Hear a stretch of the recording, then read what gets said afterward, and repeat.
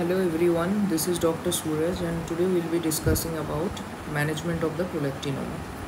As we all know that prolactinoma is most common pituitary adenoma. It is most common pituitary adenoma. The most common pituitary adenoma, and mostly it is a microadenoma. In 90% of cases it's a microadenoma. In 9% of cases it is a macroadenoma, and in 1% of cases it is a giant prolactinoma. It's a giant prolactinoma.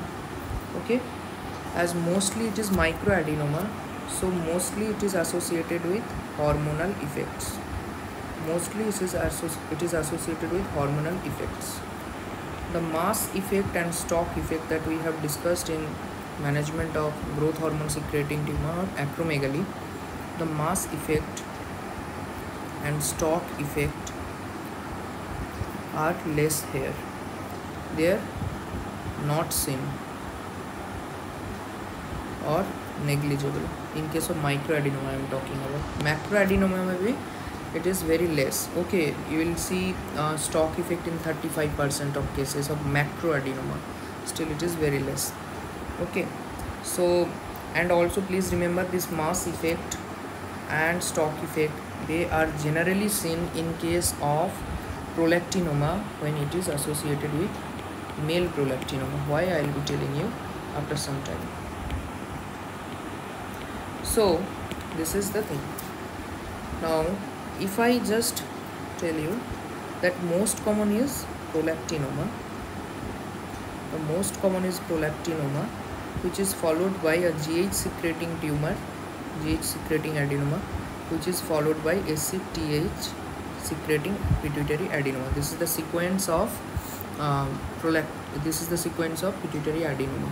Most common is prolactinoma, but please do remember it is microadenoma mostly it's a microadenoma, but rest two mostly they are macroadenoma.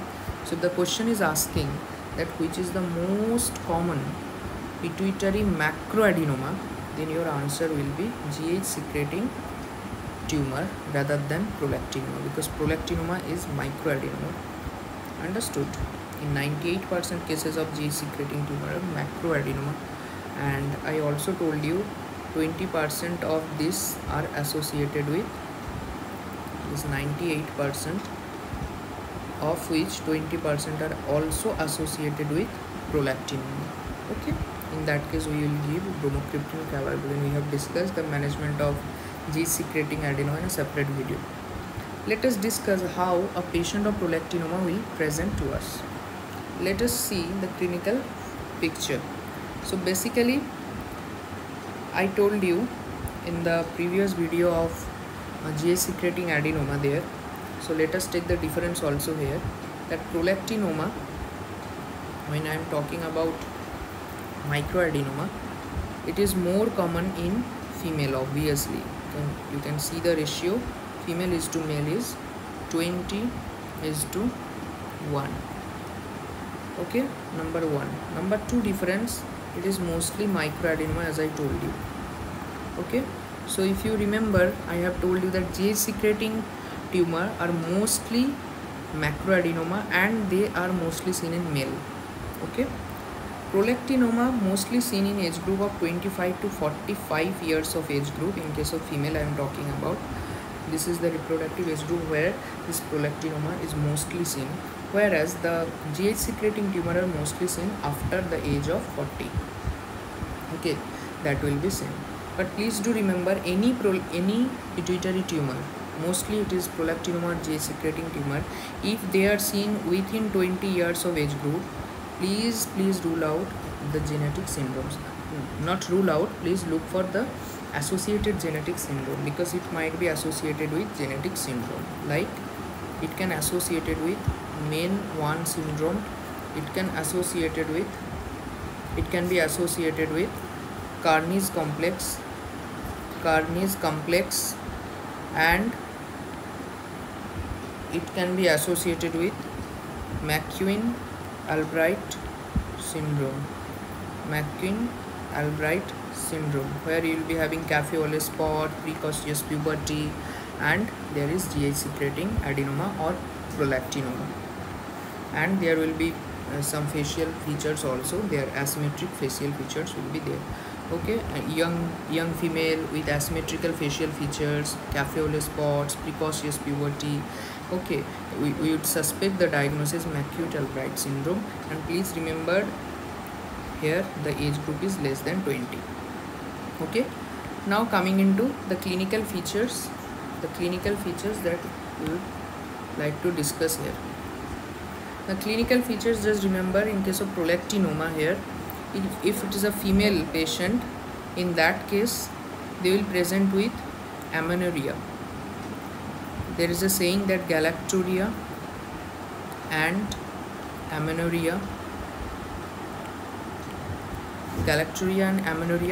syndrome or galactorrhea amenorrhea sequence, that will be the most commonly presenting feature or symptom will be there. But please do remember, any case of secondary amenorrhea, please do rule out prolactinoma, because it might be due to pregnancy, so you do UPT. It might be due to hypothyroidism, so please do thyroid function test. And I told you that is the prolactinoma, so you have to rule out that in case of any secondary amenorrhea. High prolactin level always suppresses hypothalamo-pituitary gonadal axis, so there will be features of hypogonadism. Hypogonadism will be there. So if there is hypogonadism, the patient will again be having the features of like decreased the irregular mens, so menstrual irregularities will be there. Even they may present with amenorrhea, or there may be premature menopausal symptoms may be there, like hot flushes can be there. So these things are there, so also you have to look for them. Now let us discuss the symptoms in male patient. Guys, I told you that it is 20:1. That means the incidence of prolactinoma in case of male is very rare. Now male patients are generally presented with, if at all, loss of sexual desire, that is libido, loss of libido, and may be presented with some erectile dysfunctions or erectile issues. But please do remember, they are not so much specific that they will point to us, they will point the diagnosis of prolactinoma. That's why many of the cases, if at all the male that those are presenting with these symptoms, okay, they are overlooked and the diagnosis was made very late. So in that meantime, they already developed the mass effect. That's why I told you now here that the male will be having the mass effect, because they are generally diagnosed late, because their presenting symptom is not that much typical that of a female. Understood? So that there you will be getting mass effect, like there will be, because of increased intracranial tension, there will be headache. Even the mass effect can lead to visual symptoms because of the sixth nerve involvement. Understood? Visual symptoms. So these will be the features, but please remember, in all these cases there may be osteoporosis. Okay, so you will find osteopenia, basically the spines, and also it is associated with insulin resistance in male and female. Okay, so just after briefing this condition, prolactinoma, will be going into management. First thing is the investigation. Okay, so in the investigation, first thing what we will be doing is screening. So what is the screening test for prolactinoma? The screening test of choice is, yes, it's the fasting prolactin level. Please do remember, it is fasting prolactin level. Normally the prolactin is 25 up to 25 microgram per liter. Okay, normally the prolactin level is 25 microgram per liter. It is less than 25 microgram per liter. But physiological hyperprolactinemia is actually seen in case of pregnancy, where it might reach up to 45 microgram per liter, but in pregnancy it may reach up to 180, etc. So please do remember, this is called physiological hyperprolactinemia. What are the conditions where you will get that physiological hyperprolactinemia? Yes, pregnancy, is a condition, lactation is a condition. You will be also getting in REM sleep. Okay, in REM sleep, please remember, you will get it in REM sleep. Okay, and you will also get in case of stress and gestual stimulation. So these are the condition where you will be having physiological hyperprolactinemia. So these are the causes, but please remember, the hyperprolactinemia, which is actually not due to physiological causes, will be suspecting that cause when this level goes beyond 40. So basically, if I say this is 40, then if it is beyond 40, that is 40 to 100, then we suspect something related to drugs, something related to drugs. Okay, something related to drugs. Now our concern is prolactinoma. So the prolactinoma, we will suspect prolactinoma from the fasting prolactin level is when it is more than 100 microgram per liter. When it is more than 100 microgram per liter, then we will suspect it is a prolactinoma. So suspect. But when it is more than equals to 250 microgram per liter, okay, then it is quite definitive of the prolactinoma. So it's quite definitive, though we have to diagnose it just by doing MRI scan, contrast enhanced MRI, gadolinium enhanced MRI. We have to do that. Now drugs means here, see, normally I told you that thing during the stock effect discussion. I have discussed it under GI secreting adenoma. There I told you that prolactin is the only anterior pituitary hormone which is under inhibitory control by the hypothalamus. So when there is stock effect, means compression of the stalk due to the adenoma, all the anterior pituitary hormone will be decreased.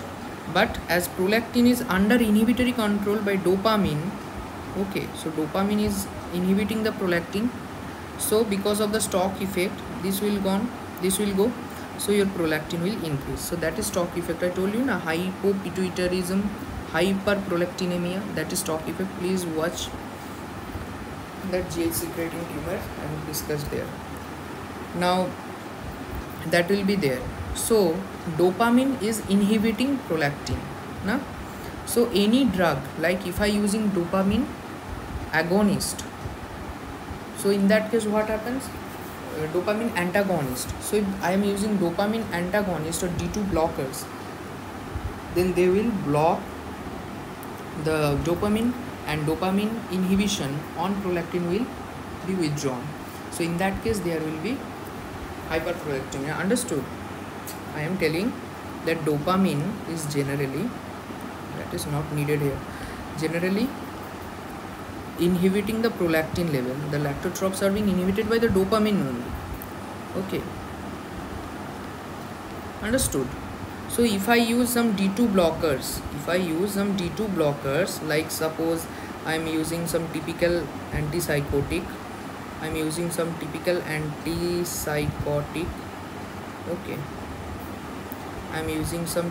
antipsychotic, okay, or I am using atypical one like risperidone, okay, what they will do? They will actually block D2 receptor blocker, na? So they will block D2 receptor. That's why the dopamine will not be there. So this inhibitor will be withdrawn. So the prolactin level will be increased, hyperprolactinemia, and that will be there. Will suspect when the prolactin level is more than 40 to 100 microgram per liter. Understood? That is I am telling you. Okay, let me complete the drug list also here. This thing are there. Any other dopamine antagonist you know? Yes, very good. Antiemetics. Which antiemetics? I am just mentioning two names. One is domperidone. Another is metoclopramide. Which one will produce hyperprolactinemia? Domperidone or metoclopramide? Please remember, domperidone will not produce. Why?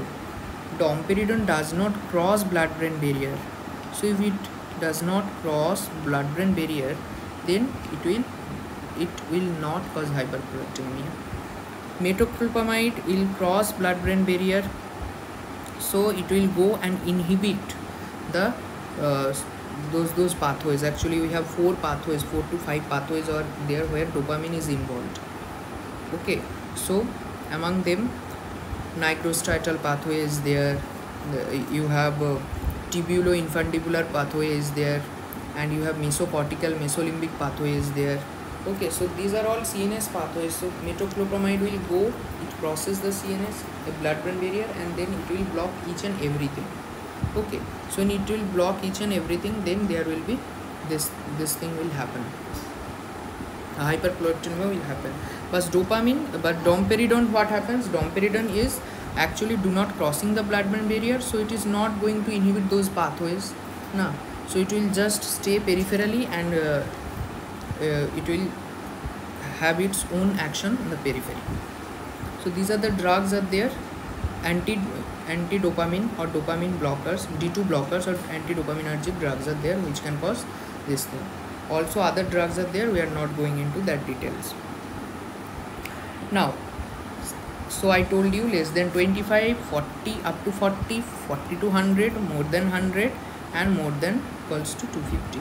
Here I want to mention one thing, that as your pituitary tumor size increased, as your pituitary tumor size increases, please remember the prolactin value will also increase. So there will be corresponding increase in the prolactin value. Okay, that is very important. So this is the screening test, that is fasting prolactin level, and I told you fasting prolactin level has this effect. But please do remember there is something that is there. What is this?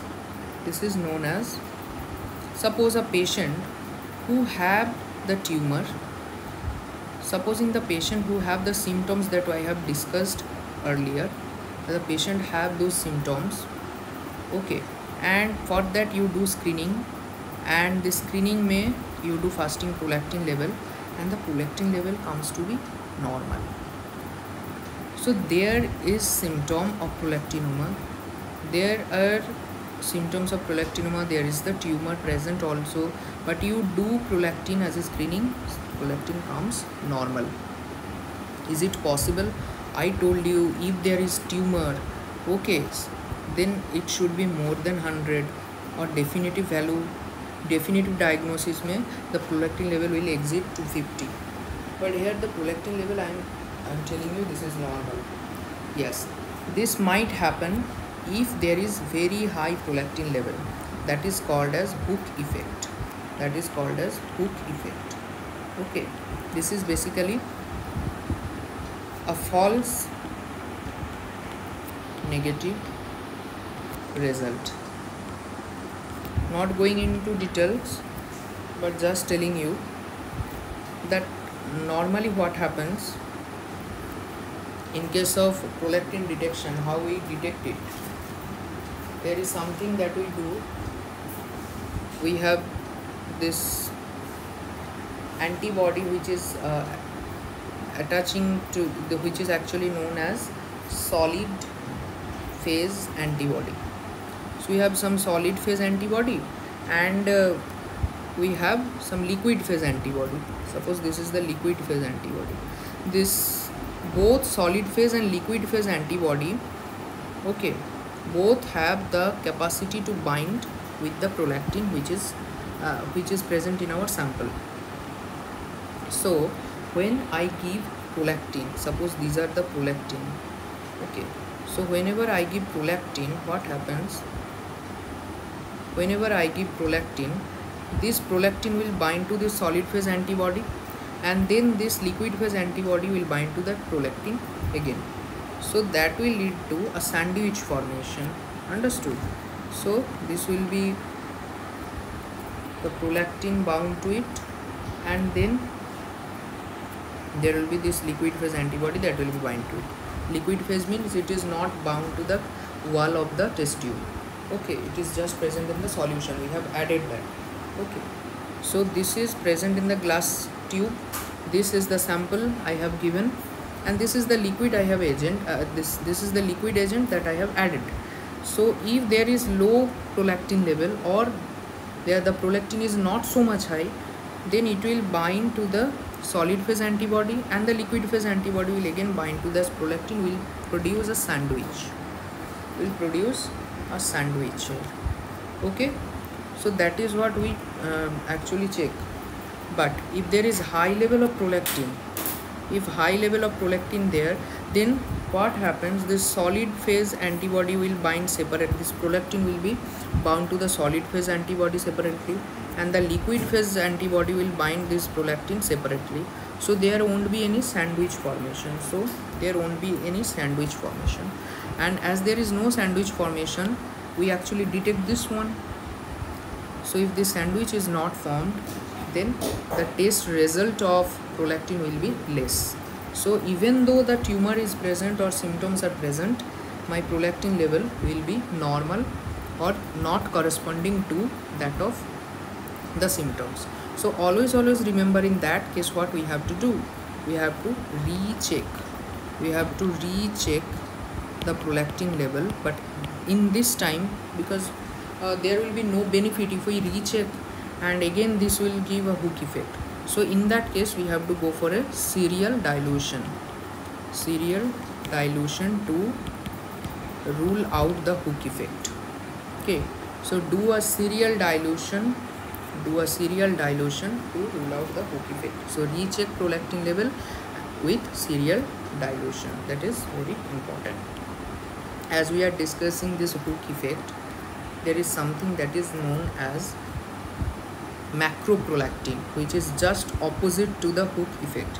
Let us discuss that thing also, then we will be going into the treatment. So another is known as macroprolactin. Guys, macroprolactin is just opposite. What I told you here, that the patient is having symptom or tumor but prolactin is normal. So इसको उल्टा कर दो. The prolactin levels are very high. The prolactin levels are very high, but the patient is totally asymptomatic or there is no tumor. Then why this prolactin level is so much high? What is the reason behind that? It is thought that this is the prolactin which is macroprolactin, which is actually a non-functional prolactin,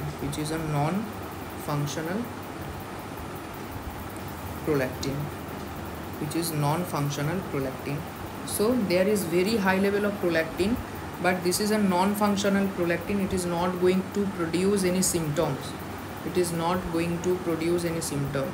This is because of the macroprolactin, which is functionally insignificant, which is not microprolactin. Whatever symptoms is produced by microprolactin. Okay, that is macroprolactin. So in that case, what I have to do, I have to again do the macroprolactin assay. So separately I am going to measure the macroprolactin to actually know whether it is a prolactin which is significant or non-significant one is increased. So in that case we don't need to do anything, because it is not going to produce any symptoms, and also I don't have any tumor or something like that. So till now we are discussing the screening test. Let us discuss the confirmatory test, or that is the investigation of choice. The confirmatory test or the gold standard test here, the confirmatory or the gold standard test is again, that is the contrast enhanced MRI or gadolinium enhanced MRI. This is the gold standard or confirmatory test. But please do remember, prolactinomas do not take up contrast uniformly. They also take patchy. But again I will be telling, contrast will be this adenomas basically having poor vascular supply. Because of the poor vascularity, even in the post contrast, there won't be that much of hyper intensity. We'll be telling you. So these are the tests we will be doing. One is screening test, fasting prolactin level. Another is confirmatory, you have to go for gadolinium enhanced MRI. Okay, so please do remember, if you want to know, that in gadolinium enhanced MRI basically you will be seeing an iso intensity. The tumor will be iso intense in T1, but when you do T2, in T2 may it will be hyper intense. T2 may it will be hyper intense. Okay, there might be certain sorts of stock deviation can be seen. Okay, and there may be depressed floor of, that is depressed floor of sella turcica. Okay, these things might be there, but please do remember, adenoma will appear black as it does not take up the contrast. Generally what happens, if you do contrast study, whole of the pituitary gland will take the contrast. Okay, that, but the center portion, okay, but the center portion, please remember that center portion will be remaining black. The center portion will be remaining black. That center portion which remains black is basically denoting this is a case of adenoma. I mean, this center portion is the adenoma because it has a poor vascular supply, so the contrast won't be taken up by the center portion. Understood? So this is the test. Now we are going to manage this condition. That is the treatment. The treatment, very important. Now the treatment, what are the indications of the treatment? Okay, so indications of treating a case of prolactinoma. Please do remember, I told you that it may be microadenoma, it may be macroadenoma, na? So please do remember, all macroadenoma has to be treated. All macroadenoma has to be treated. All macroadenomas have to be treated. But microadenoma, I also told you, it may be asymptomatic, it may be symptomatic. So again, any symptomatic micro has to be treated. Again, it has to be treated. So you will treat it. But if it is a microadenoma which is asymptomatic, okay, for some reason, okay, we have done an MRI, but incidentally we found that the patient have some microadenoma, and we did prolactin level are high, so suggesting a microadenoma of the, or microadenoma, that is a prolactinoma. So in that case, patient is not having any symptoms. So what we will do? We are not going to treat this condition. Rather, we will follow up this condition. So follow up is done by MRI, that is gadolinium enhanced MRI, 3 months apart. So 3 to 6 months apart is done. Basically, up to 3 months. Do this thing, do MRI after 3 months, and then again do after 6 months, and compare whether the size is increasing. So if you see the size is enlarging, so again you have to treat the condition. So treatment is done in all macroadenoma, in all symptomatic microadenoma, and in all asymptomatic microadenoma whose size is increasing on follow-up. So these are the indications. Understood? Now, how are we going to treat this condition? As I told you, in case of GH secreting pituitary adenoma, that first line of treatment is surgery. But here in prolactinoma, please remember, the first line of treatment is never surgery. We have to go for medical management. So medical management is the first line of treatment you have to do here. Medical management is the first line of treatment. Okay. So what are the drugs are there? We will be treating this condition. Yes. So prolactin level is high. I have to decrease the prolactin. So I know one physiologic agent is there who will decrease the prolactin level, who normally decreases the prolactin level, is the dopamine. So what we will be doing? We will be using dopamine agonist. So the medical management is done by using dopamine agonist. Okay, so dopamine agonist is given. So what dopamine agonist we use? Yes, we have cabergoline. and we have bromocriptine. Cabergoline and bromocriptine. Now please do remember, cabergoline is the drug of choice here, but in case of pregnancy we do consider bromocriptine because there is lack of data of cabergoline being used in pregnancy. So cabergoline is used, why? It is the drug of choice. Okay, overall cabergoline is used because first of all it is less dose is required. Less dose means you can use just 0.25 milligram, just 0.25 milligram, okay, and less duration, less dose, 0.25 milligram OV twice weekly, 0.25 milligram twice weekly can be just the dose. But in case of bromocriptine, if you use, it needs a much higher dose, that is 2.5 milligram to 5 milligram, and that too daily. Okay, so you see it has to be taken daily, and also the dose is high. But here just 0.25 milligram twice daily can be there, but the dose can be up to 2 milligram. So 2 milligram per week can be the upper limit, but please do remember, you should not go beyond 2 weeks. You should not go more than 2 milligram per week, because if I go, the question is it will develop some cardiac issues and some lung issues, So there will be valvular heart disease like tricuspid regurgitation and lung fibrosis. So we should not use more than 2 milligram per week of cabergoline in a patient of prolactin only. Okay, and better to, whenever we are using bromocriptine also, please stop using this drug, stop 7 days prior to lactation. So whenever you are going to going for lactation, in that case also please remember you have to stop that bromocriptine 7 days before lactation, before starting the lactation.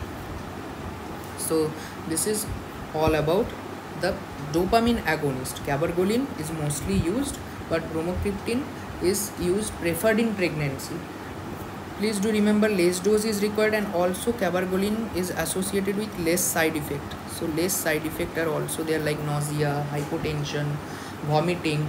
These things are less with cabergoline, but these things are generally, there is no data suggesting that cabergoline use in pregnancy will have these effects. So better to go for bromocriptine also. Next, coming into the follow-up. Now I have treated those patients with dopamine agonist. Now whenever I am doing medical management, what should I expect from it? That is very important question. So I am treating a tumor with medical management, so I should expect, okay, that the prolactin level or the hormone level should be normalized. So the prolactin level, it should come down. Okay, also I want my tumor size to decrease. Okay, whenever prolactin level is coming down, then only the symptoms will get resolved.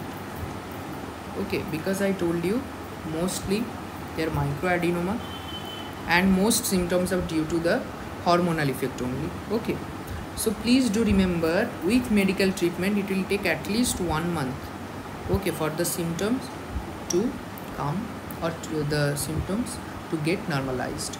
That means the prolactin level will be normalized within 1 month, and the symptom gets normalized within 1 month. But the tumor size will start decreasing or will be shrinking. That is called tumor size decrease, means it is just shrinking. That is the shrinkage of the tumor. Okay, that will happen by 3 to 6 months. 3 to 6 months. Why I am discussing this thing? Because we'll be discussing in later. See, shrinkage is shrinkage. Okay, now why I am discussing this thing? Because medical management may not be everything for these patients, because sometimes the medical management may fail, or this prolactinoma might be resistant to the dopamine agonist, or the patient might be dopamine agonist intolerant case. So in those cases, I have to shift those patients to surgical modalities. I mean, I have to prefer the surgery in them. So prolactin levels are decreased, symptoms decrease within 1 month, and here tumor size, that is the shrinkage of the tumor, that is happens within 3 to 6 months. So symptomatically the patient will be better, will feel better by 1 month. Okay, so please do remember, if this thing is not happening, so no response, that means within 1 month the patient is not having any relief from the symptom, that is called as dopamine agonist resistant, dopamine agonist resistant case. Okay, normally dopamine agonist resistance is seen in less than 20% of the patient. Okay, 80% patient will benefit from this medical treatment only. Okay, but generally dopamine agonist resistant, these patients are also, they are intolerant, they are also intolerant with the treatment. Okay, so in this case I have to go for surgery. In this case I have to go for surgery, that is transsphenoidal approach, I have to go for that thing only. Okay, so if I ask you that what are the indications for surgery in a case of prolactinoma, एक condition तो यही हो गया कि the symptoms are not relieved within 1 month, or the prolactin level is not normalized within 1 month, that is a dopamine resistant case. Another condition is there, I should suspect, or rather there should be shrinkage of the tumor within 3 to 6 months of medical therapy. But if that is not happening, okay, if there is non-shrinkage of tumor, if there is non-shrinkage of tumor within this particular time, then also it is a indication for surgery. Okay, acha, let us discuss this thing also, let us discuss this clinical features also. I have discussed here that this patient will be having mass effects, na?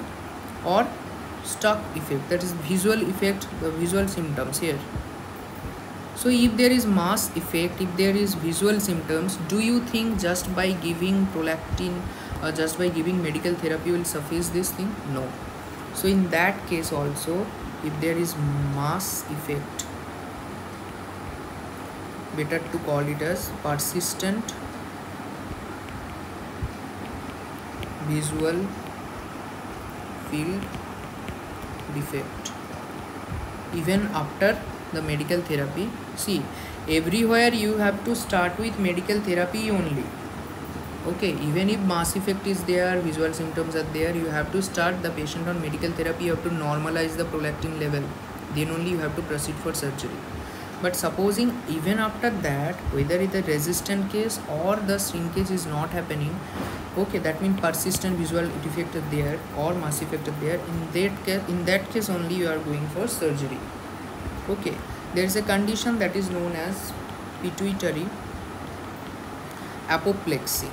That means there is obviously non-stable patients or unstable apoplexy where there is bleeding into the pituitary. I told you this, inside there may be bleeding because of less blood supply this side, the inside may go into necrosis and bleeding may happen. So that can lead to pituitary apoplexy, and that also an indication for surgery. And in case of pregnancy, please remember, in case of pregnancy, okay, we have to choose this thing, surgery is the choice. In case of pregnancy, after doing treating this condition with bromocriptine, if not, then I have to also go for this thing. Okay, the surgery that I already discussed in the growth hormone, same surgery, that is transsphenoidal resection of the adenoma has to be done. Transsphenoidal, yes, transsphenoidal resection of the prolactinoma, that has to be carried out.